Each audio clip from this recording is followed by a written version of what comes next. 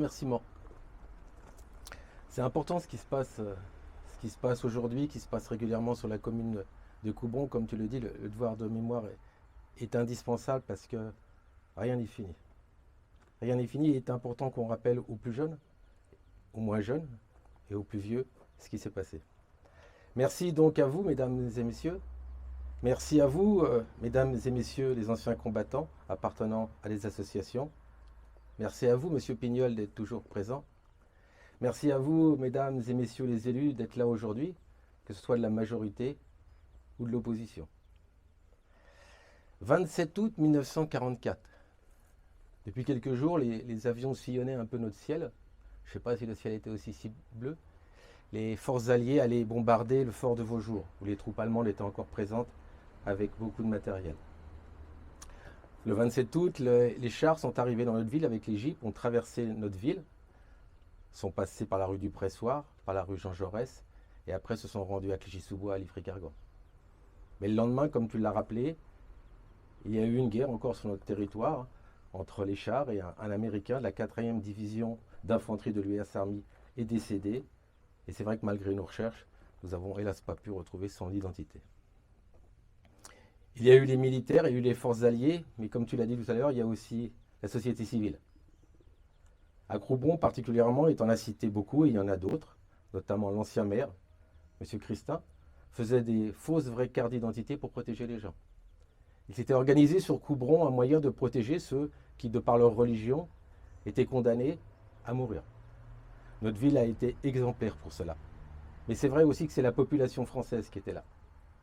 Contre ce troisième Reich, vous imaginez, on avait une peau différente, on avait une religion différente, et on ne pouvait pas exister. Non seulement on ne pouvait pas exister, mais on était torturés, on était brûlés et mis dans des camps de concentration. 4 années où cette résistance a permis, avec nos alliés, ceux qui ont donné leur vie aussi sur notre territoire, de battre cette infamie. Mais réfléchissons un peu. Je vous l'ai dit, la couleur de peau, la religion, motif pour tuer. Est-ce vraiment terminé aujourd'hui? Sur 196 pays dans le monde, 50 aujourd'hui sont déclarés en guerre ou en conflit. Des gens meurent tous les jours pour les mêmes raisons pour lesquelles vous avez combattu ici et que vous avez gagné. Nous devons être tous vraiment vigilants. Pas au niveau haut, mais au niveau bas. Tout se passe ici. Tout commence par de l'incivilité. Tout commence par de la violence. Alors merci aux anciens combattants. Il est bien évident que dès qu'on pourra, on va agrandir ces cérémonies le plus possible. Les anciens combattants sont proposés d'aller dans les écoles pour témoigner. C'est pas si vieux, hein. 77 années, c'est hier. Et surtout, il ne faut pas que ça soit demain. Et c'est notre travail à tous individuellement de protéger tout cela. Alors il y a eu, très récemment, vous avez vu en Afghanistan, pour les raisons que je vous ai expliquées, de religion ou de couleur de peau, 20 ans de conflit. C'est-à-dire que pendant 20 ans, nous avons été avec les 37 pays de l'OTAN pour essayer de donner à ce pays de la liberté. Pour donner à ce pays tout pour ne pas avoir la charia, où en fait, 2 femmes valent un homme, très officiellement. Un pays où en fait on ne peut plus danser. Un pays où on ne peut plus chanter.